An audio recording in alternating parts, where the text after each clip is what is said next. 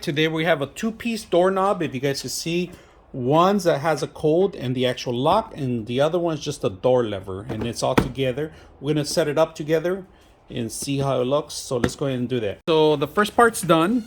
I finished the bottom part first. Now make sure you put the screws inside. You don't want them outside, right? So it won't be visible or access from anybody to remove the actual doorknob. All right, so first job is done. I had this flipped over, so I had to take it off and remove it. But now that we close it, we are gonna open it, and if we close it, it's completely locked. I have my lock, the current lock that I have, and now we need part two, which is the top. So here's the other part of the doorknob that we're gonna, this is the hardest part. The other one was very simple. It was just a simple process of removing the old one and putting the new one in place because there was no locks in place. It's just the door to open and close. Now this was a little bit more sophisticated and a little harder. Now there is a little knob here, and the instructions tell you if it opens to the right, the door, you actually have to set it up here. If it opens to the left, there's an L, and you have to set up the actual button in there. If you guys can see that, to the left. All right, so that's very important. This goes at the end. The plate goes first, so you would have to set up the plate with the bolt first. All right, so we're gonna do that, set it up. There's instructions here. This has to be up. All right, so make sure that this is up. The second part of it is you gotta, when you put it together, make sure you leave that little cable out on the side of it, and this needs to be stick out. Make sure that these are flush.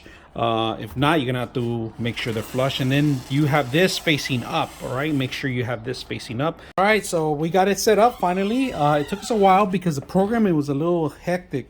I was able to do it. It just took me quite a while. You have to program it to where the door opens. All right, the bottom one was the easiest ones to install. On the back of it, you have a master reset button in here. This one takes 4 AA batteries.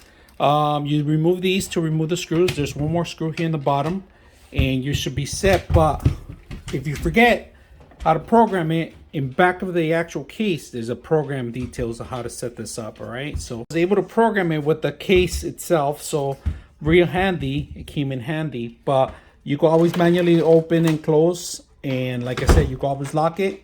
This is locked, this because of the top. All you got to do is unlock it. Basic, simple, so easy to install. The only problem that you're gonna probably run into is just programming, but other than that, once you get it down, you understand it. Make sure you have the batteries in hand. You don't have to use the programming if you want. You could just use the keys, and it comes with 2 sets of keys too. So if it even runs out of batteries, it's okay. You can unlock it. Now, one very important thing, if you hold down the button here, you cannot unlock with the passcode. It's going to have to be only the key. So you make sure that's a deadbolt, just to be sure, right? So other than that, easy to install. I hope you guys enjoy the video.